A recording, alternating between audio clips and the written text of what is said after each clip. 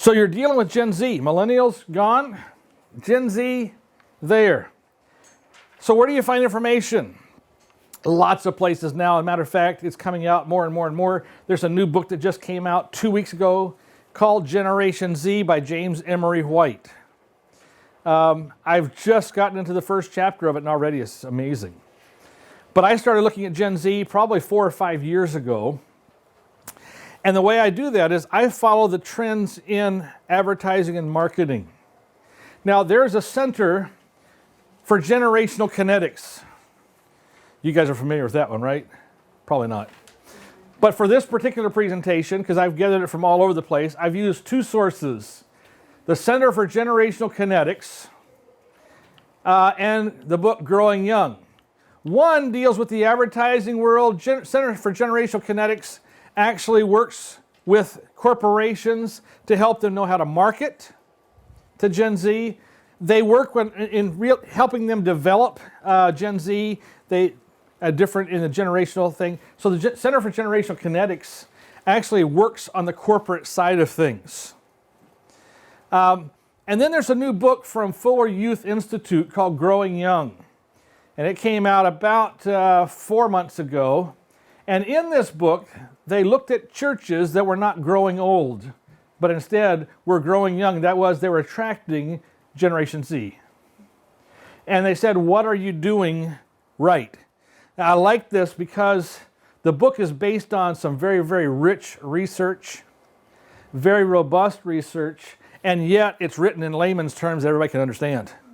That's the coolest thing about this book. Plus, at the end of every chapter, they actually have questions that you can take your church through or your leadership team through that helps you evaluate. Then they have a whole list of about 8 or 9 practical ideas that would help you apply that. And they say, don't try all of them.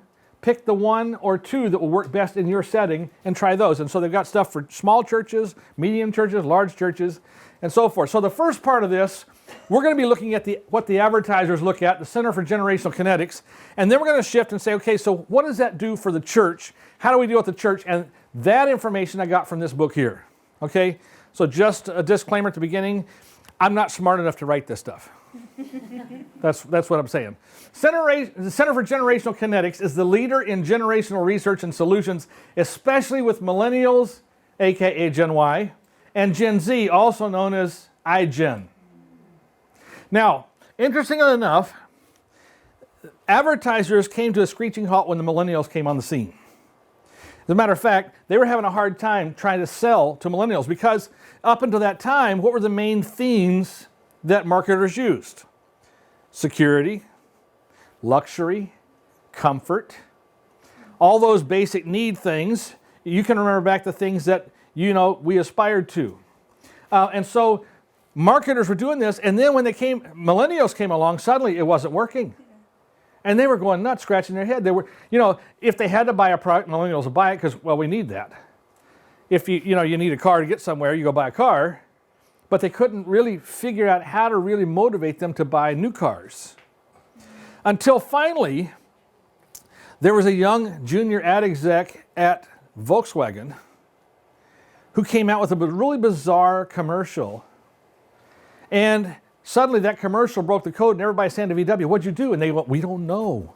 We don't know what we did. And some of you remember the commercial. It was a VW Passat that had an open sunroof, and they took a red velour armchair and stuck it up on top, and they drove all over the country with it. And they had pictures of these 2 guys laughing and talking, and they're taking this red chair everywhere. They set it down on an overlooking the ocean to watch the sunset, and they're sitting beside the chair, not in the chair, beside the chair, as if the chair were another person.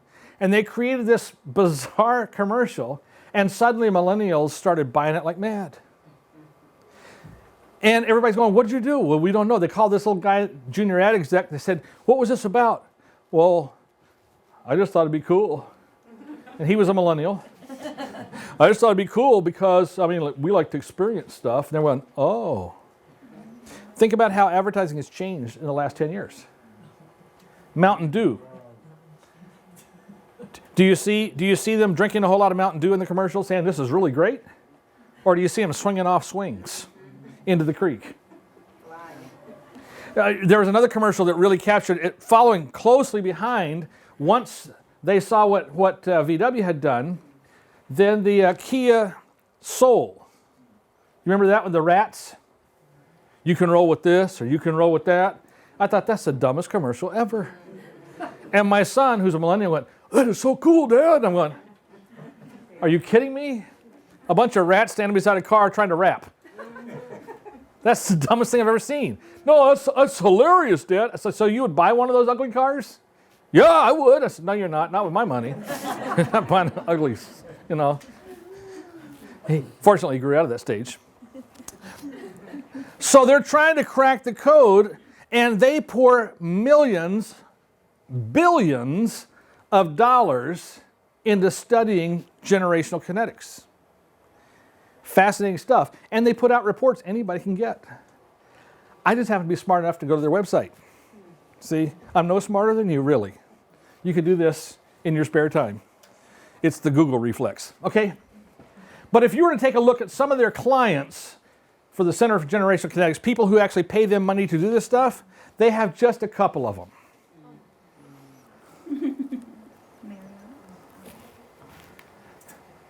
These are no small companies. You've got Hertz, you've got American Express, Visa, Intuit, Mercedes-Benz. Oh, representing Georgia, Mohawk, there we go. You've got Toyota, Kia, Caterpillar, McDonald's. These people are paying serious money to the Center for Generational Kinetics. Why? Because they want to know how to market to this generation.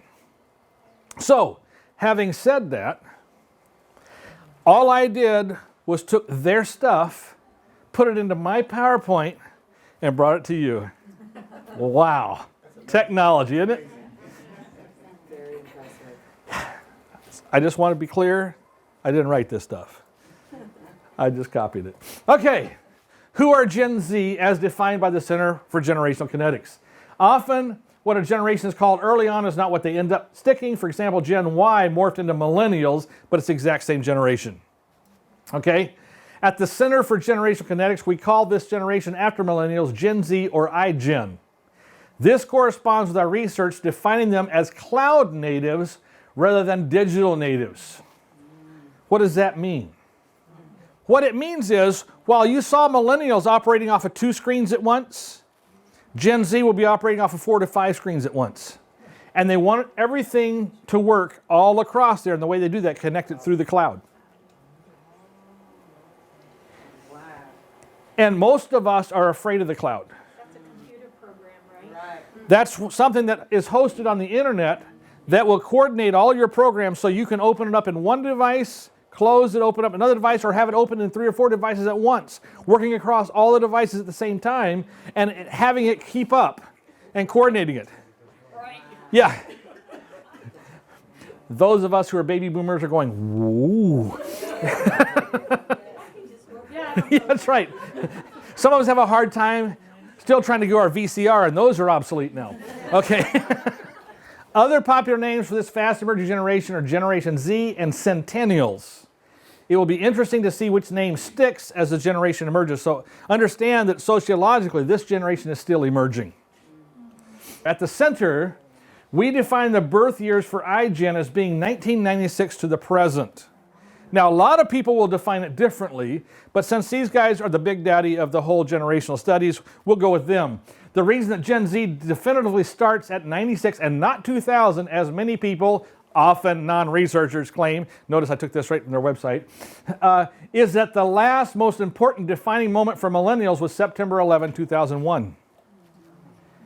Those born from 96 onward do not remember September 11, 2001. If you don't remember 9/11, then you're not a millennial, but a member of the generation after millennials, iGen or Gen Z.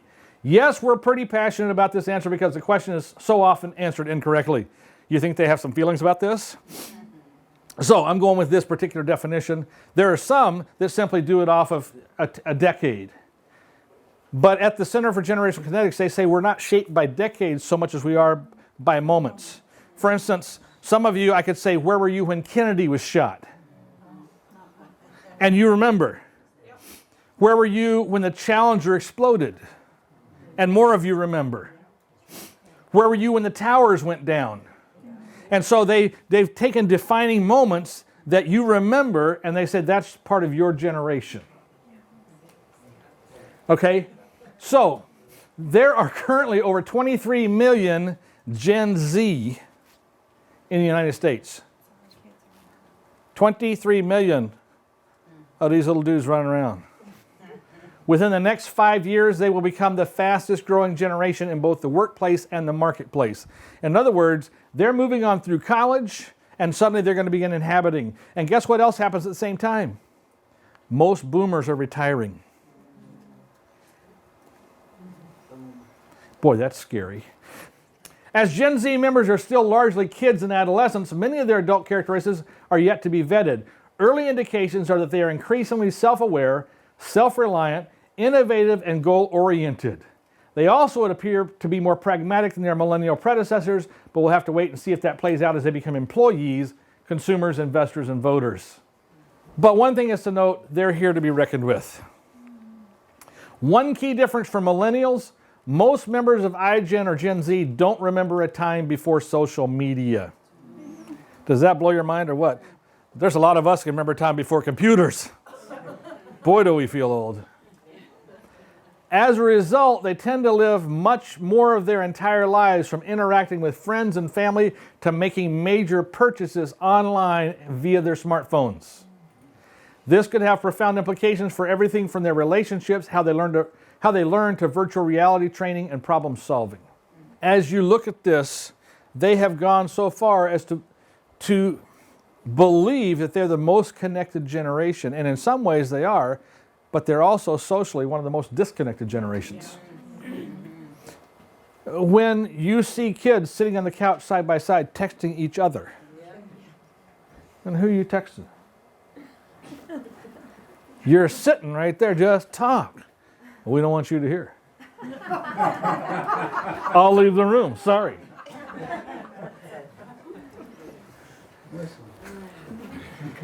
But that's what's happening. And they have an automatic Google reflex. There's a guy named Tim Elmore who wrote a book, Artificial Maturity. And Tim Elmore says that the Google reflex is very present in Gen Z, so much so that they appear to be very intelligent because they can find any kind of knowledge or information they want, but they don't have life experience to back it up. And that gives them an artificial maturity. A great book if you haven't read that one. Boy, I'm just throwing this stuff out for free. See, I'm not smart enough to write it, but I can find it and read it. All right. What are some things about Gen Z or iGen that most people don't know? First of all, they're highly educated, but not the same way as you would think. Gen Z is also adept at web-based research and often self-educates with online sources such as YouTube or Pinterest. Now, here's the deal. Many of them look at their millennial older brothers and sisters and see them strapped with hundreds of thousands of dollars of debt as they've gone through college, 40, 50, 60,000, and they're saying, I don't want that. And so what they're doing, many of them are hacking their own education. They're taking some online classes from Ivy League schools, coupling that with certification courses, YouTube videos, Pinterest how-tos, developing the skills, and then going and sitting for the exams, getting their certificate, and moving on. That's not so stupid after all, if they can get those skills down. But the fact of the matter is, they don't want to be seen for 20, 30, 40 years stuck with debt. They don't want, they're looking at that going, that's a long time. That's also why you see a huge surge in tiny homes. And if you ever watch Tiny Home Nation, that's the coolest show ever, isn't it? I couldn't do it, I'd be claustrophobic. But I think it's cool to go into them and see. And the fact that people are that resourceful. My wife has a cousin that actually builds tiny homes, and we go look at his sometimes. They're really cool. But the people can be that resourceful to put that many things in one little place. And but what's happening is those things are selling because they can take them wherever they go, and because they're a mobile generation, they say, well, hook it up to the pickup and take off. That's pretty brilliant. Cool. Yeah. Until you have your first kid and have to climb into the loft when you're pregnant. And that's exactly why my wife's cousin and his wife are now selling their tiny home and moving into another house. What are some things about Gen Z or iGen that most people don't know? Here's another one. Gen Z wants to make a difference in the world. Millennials, it was all about me. Gen Z, a large portion of the generation would prefer to have a job that makes a positive impact in some way, and a large portion of them volunteer. However, it's unclear what impact school-based volunteer requirements are having on volunteer rates among iGen. So they want to be involved. They're jumping into it. They want more than just making money. They want to make a difference. What we do know is that the majority of iGen, Gen Z, are eco-conscious. Have you noticed that? It's got to be green. And concerned about humanity's impact on the environment. That's not bad either. We also know that iGen wants to make a decent living with a stable employer. And so we're seeing a return in Gen Z to saving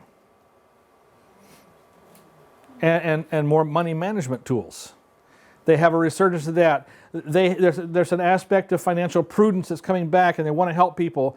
And so it could lead to a long-term differentiation between them and millennials as well. Millennials had a lot of extra cash to spend. What we're finding is there's been about a 400% increase in multi-generational living with Generation Z. That is, multiple generations have had to come back under one roof. And so there's no longer, you have your own big bedroom upstairs. If you watch HGTV when they go house hunting, that's not real. Come on. We need to have more room for little, she's got a suite already. What do you want?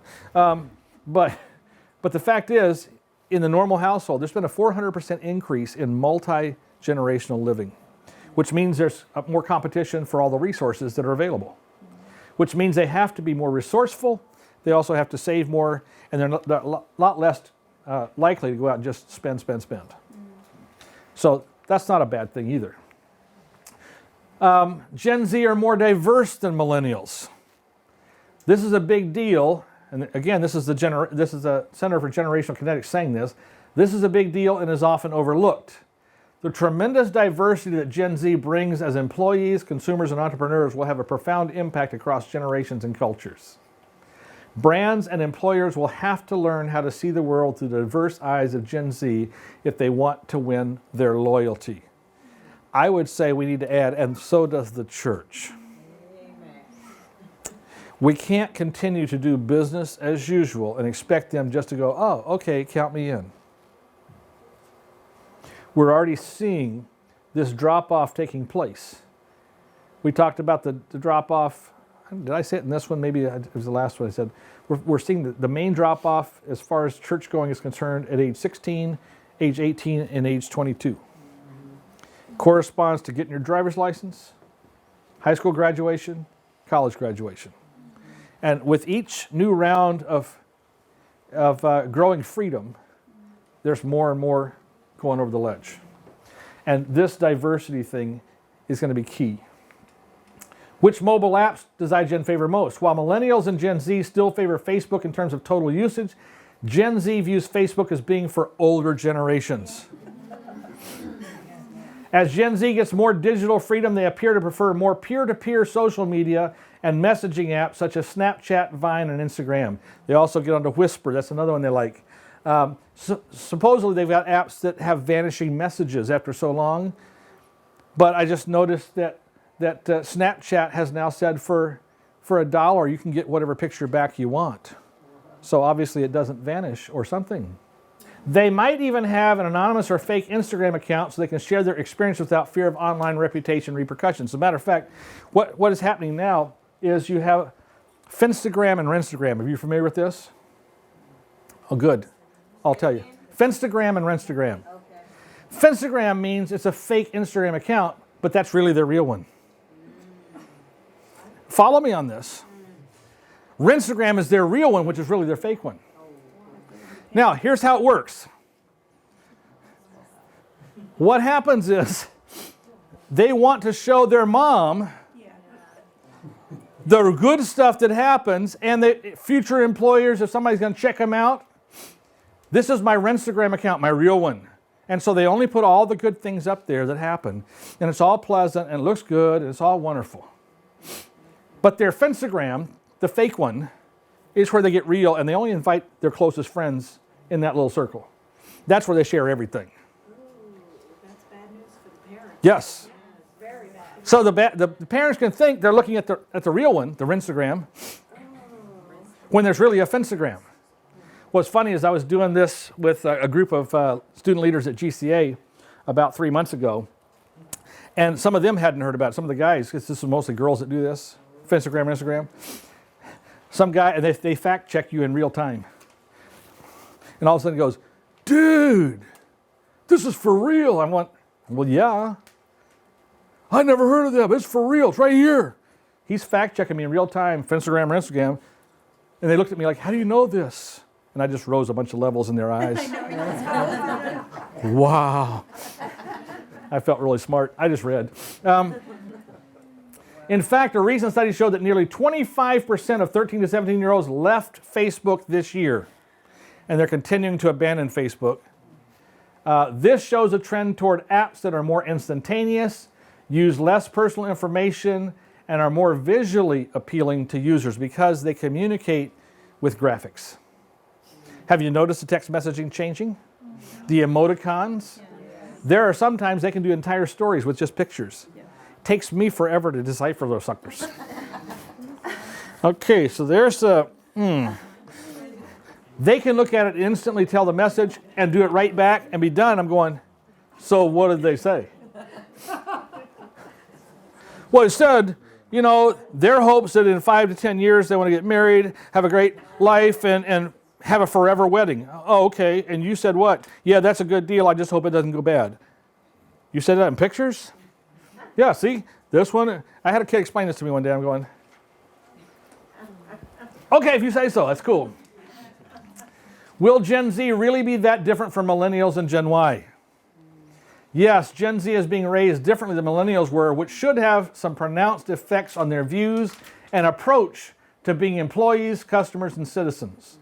Gen Z also has a different experience with technology than Millennials, which will affect every area of their life, from healthcare and dating to education and shopping. What is most interesting is what worked for Millennials does not seem to be working as well with iGen, and this creates tremendous challenges and opportunities for organizations of all sizes and in all industries.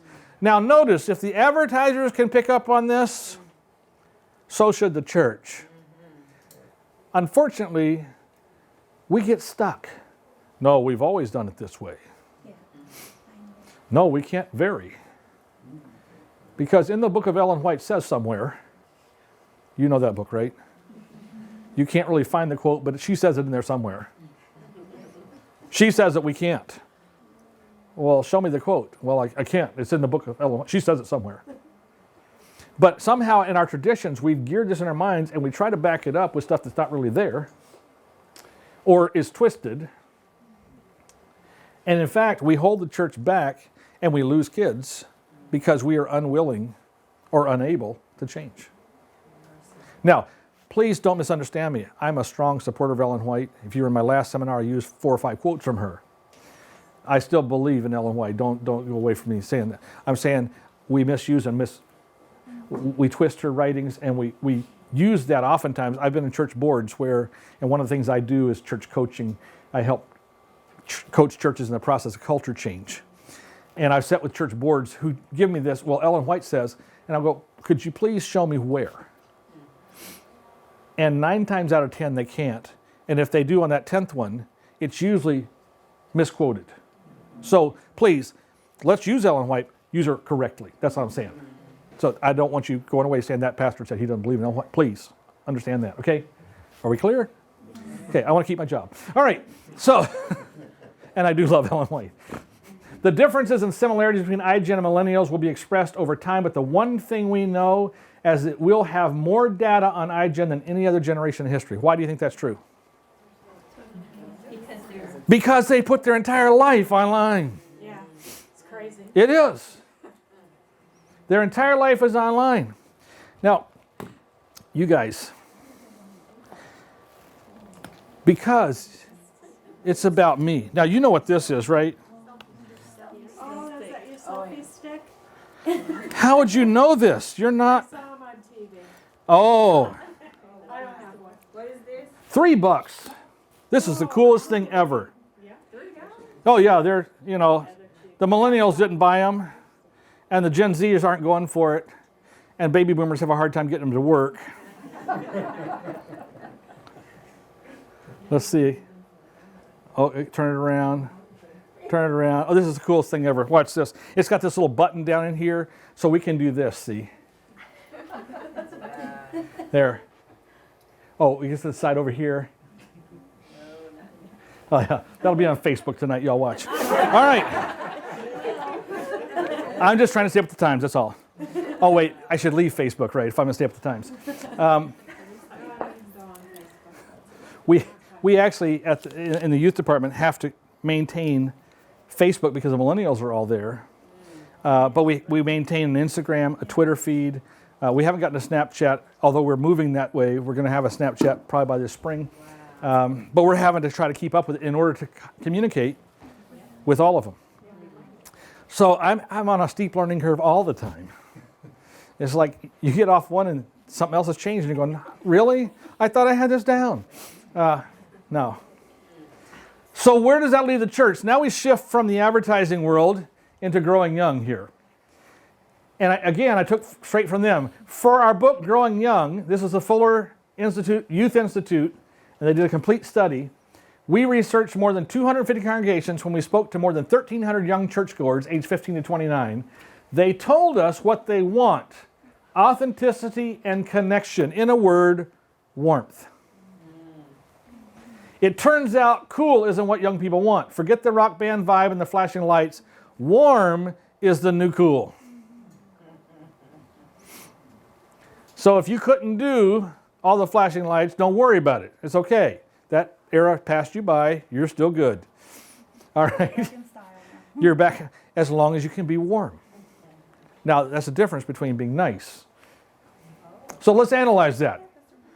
When we analyze the terms that young adults use to describe the churches or parishes they chose, we notice repeated words: welcoming, accepting, belonging, authentic, hospitable, and caring. We began to call this the warmth cluster.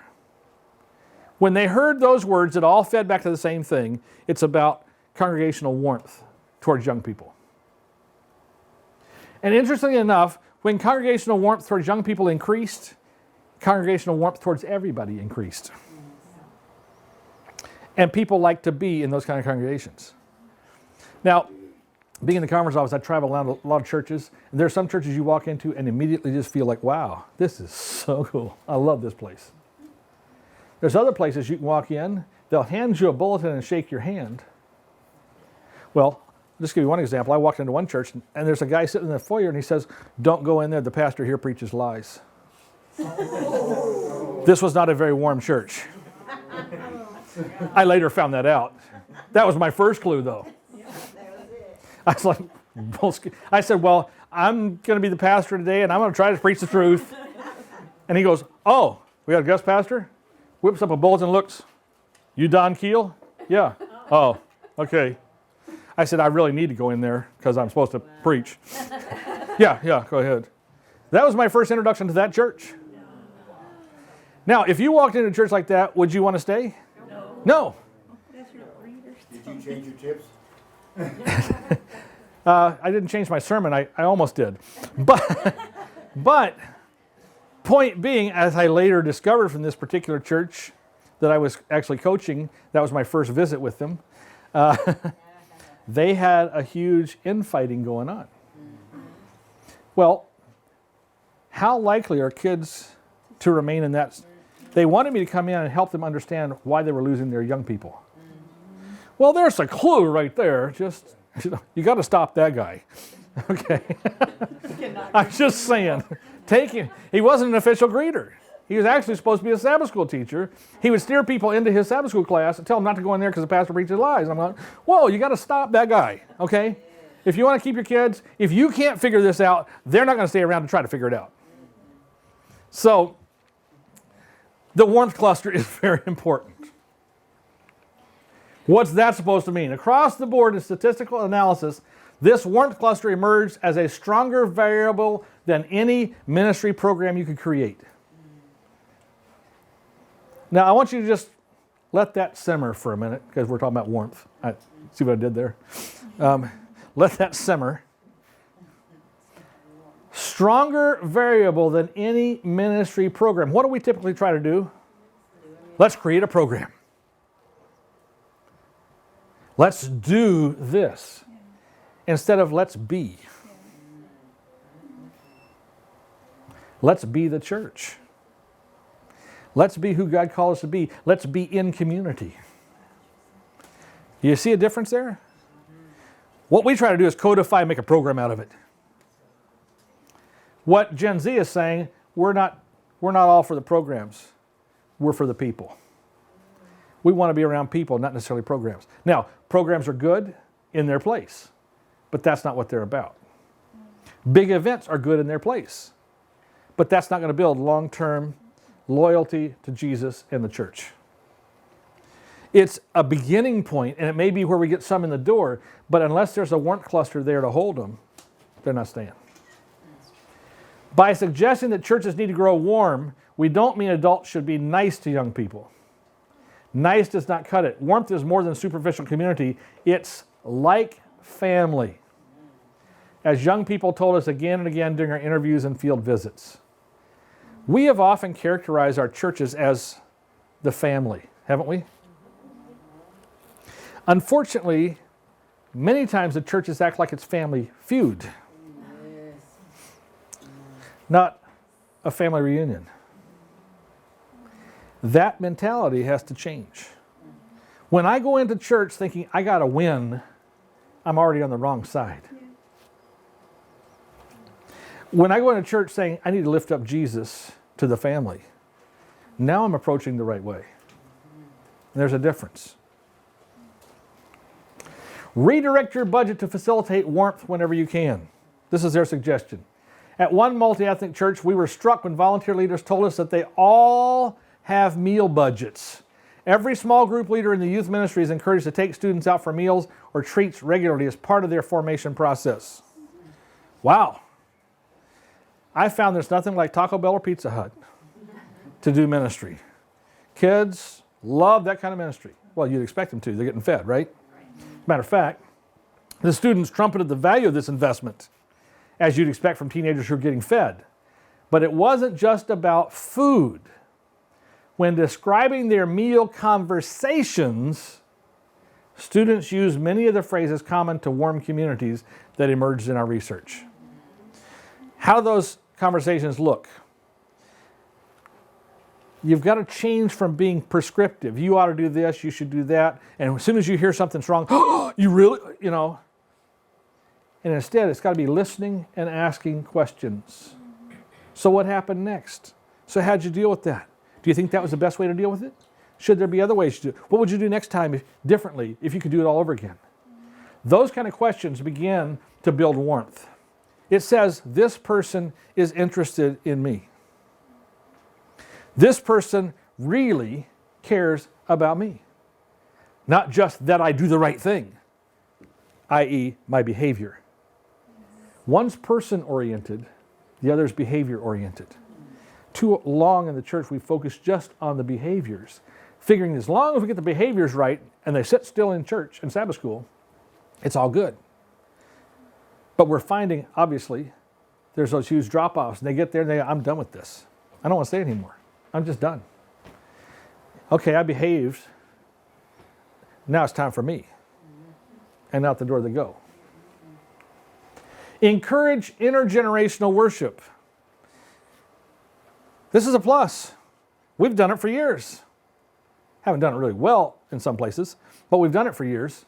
A lot of places have just gone silo ministries, so there's a children's church, and then there's a youth church, and and they never come together.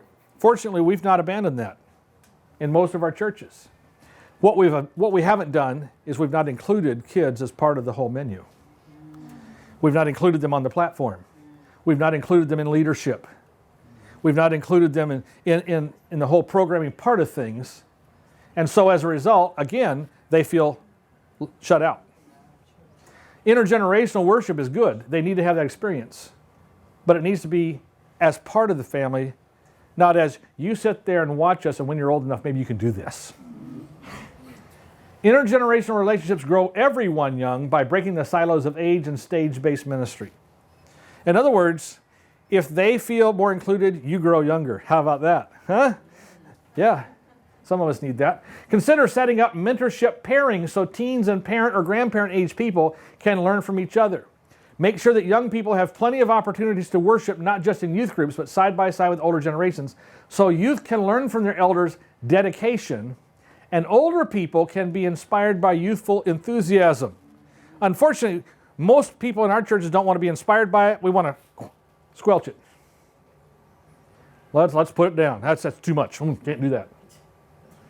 Now, in the book of Ellen White says somewhere, if you read any of her biography, you'll find that James was often embarrassed by Ellen. Did you know this? Ellen, when J.N. Loughborough preached, would get so excited. She loved his preaching, one of her favorite preachers, that she would stand up and say, "Glory, glory, hallelujah, amen." And James is described as pulling on her dress saying, "Sit down, Ellen. Just sit down." And yet James himself, when he went into churches, would come in from the back, thumping his Bible, singing loudly and lively, and stop halfway up the aisle and say, "What's wrong with you people? Is this church dead? Come on, let's sing." And he'd start thumping his Bible again.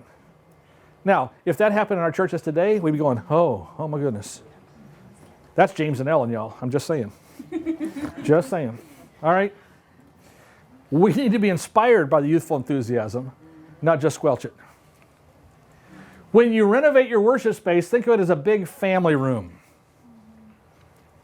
Rather than lean into the allure of viewing the worship service like a trip to the theater, imagine it as a gathering in the family room. Whether you meet in a sanctuary filled with pews, a contemporary auditorium, a high school gymnasium, or an actual house, envision your worship experience like a family room. Here's the question: how would you set up the space if you felt you were convening cherished relatives?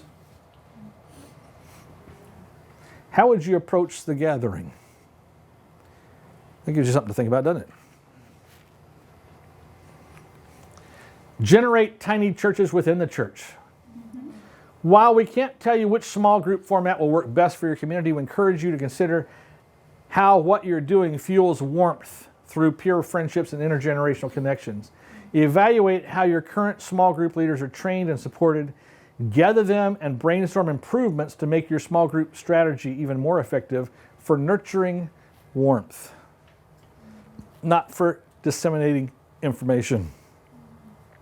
We're good at information. We're not so good at warmth. Information is good, but it's relationship that saves you. Help newcomers land smoothly and soon. Assimilation is something we do poorly. Assess your church's approach to visitors with the aim of turning bystanders into central community members. We don't do that. We get the nominating committee say, okay, who can do this? Who should we get to do that? And usually it's the same people because they've done it.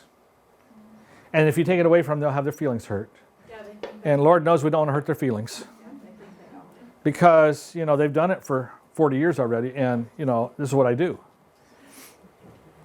And so somewhere we've got to begin the process of engaging those people who have been there for years and years and having them develop new people to take their place. Because guess what, y'all?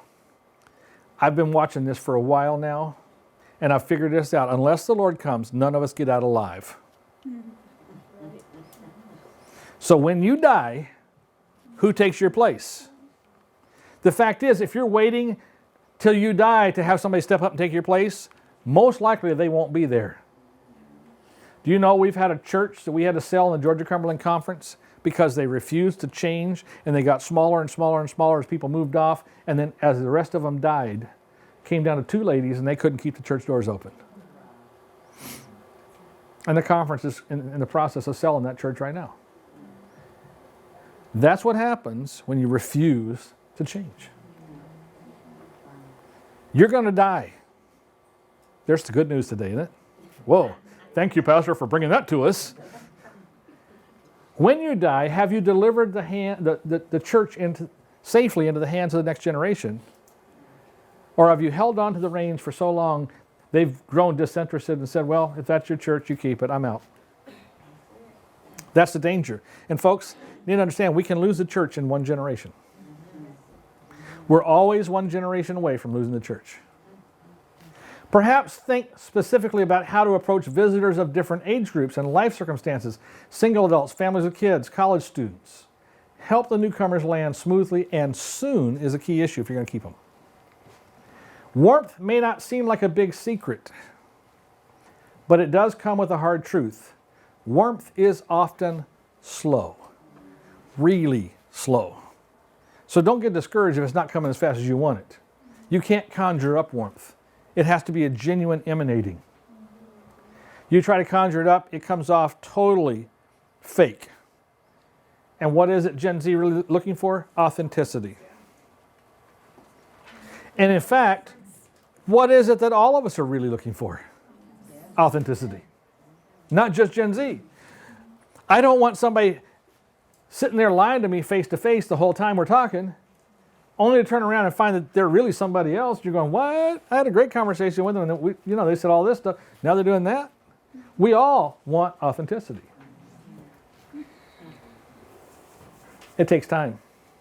Stability, patience, faithfulness to a local community. These unsexy traits give root to churches that grow young, eventually producing the fruit of warmth. Notice again, eventually. It takes time and commitment to move past the superficiality of lobby hellos into the intimate space of authenticity. I would say 4 to 6 years to change a church culture. Large ships don't turn corners sharply. They have to go a long way around. That doesn't mean you don't start turning the wheel. Because if you never start turning the wheel, the ship never turns. It just keeps on sailing. And so we need to take that time. And Jesus said it this way, I tell you the truth, anyone who doesn't receive the kingdom of God like a child will never enter it.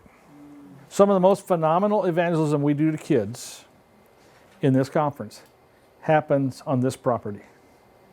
In the summer, we do a 10-week evangelism series for young people. And every year, hundreds of them accept Jesus. And every year, we have baptisms in the lake when there is a lake.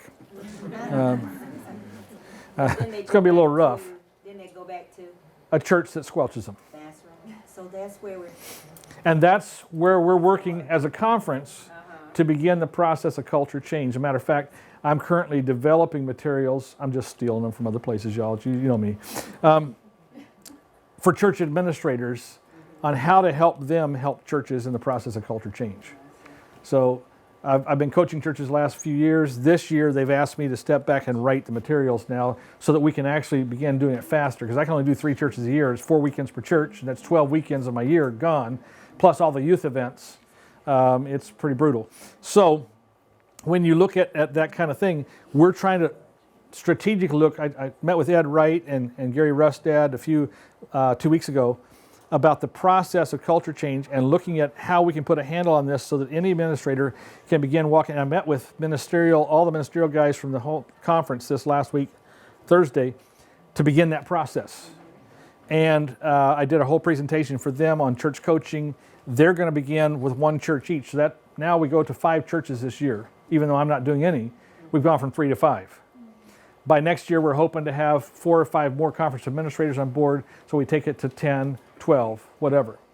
And so the idea is that we can then begin impacting the cultures of different churches, 1 church at a time. It's a long, slow, laborious process. And I told the conference brethren, this is not going to go fast. This is going to be slow, and it means you're in the trenches, and you're having to go head to head with some stubborn people, some unconverted people that say real nice things to you, and you just let it roll off and go, yeah, they don't understand. They don't get it. But it's okay, because if most people get it, the culture slowly begins to change. And so I'm not going to stay there and hold the wheel. What I'm trying to do is get them to say, this is where we're headed, and start turning the wheel themselves. And as the church does that, the culture begins to change. Already we've got churches that's beginning to happen. So we are in an active, ongoing process of doing that and trying to address that in our conference. And I was at the Church Ministries convention in Tucson, and I have other conference presidents walk up to me and say, tell me about this church coaching thing. Have you got that written up? I went, no, I just do it. I swipe other people's materials and go, they said, you need to write this up. I said, yeah, but that takes longer to write a bibliography or, the annotations at the bottom of the page. Anyway, that's why I did it at the beginning.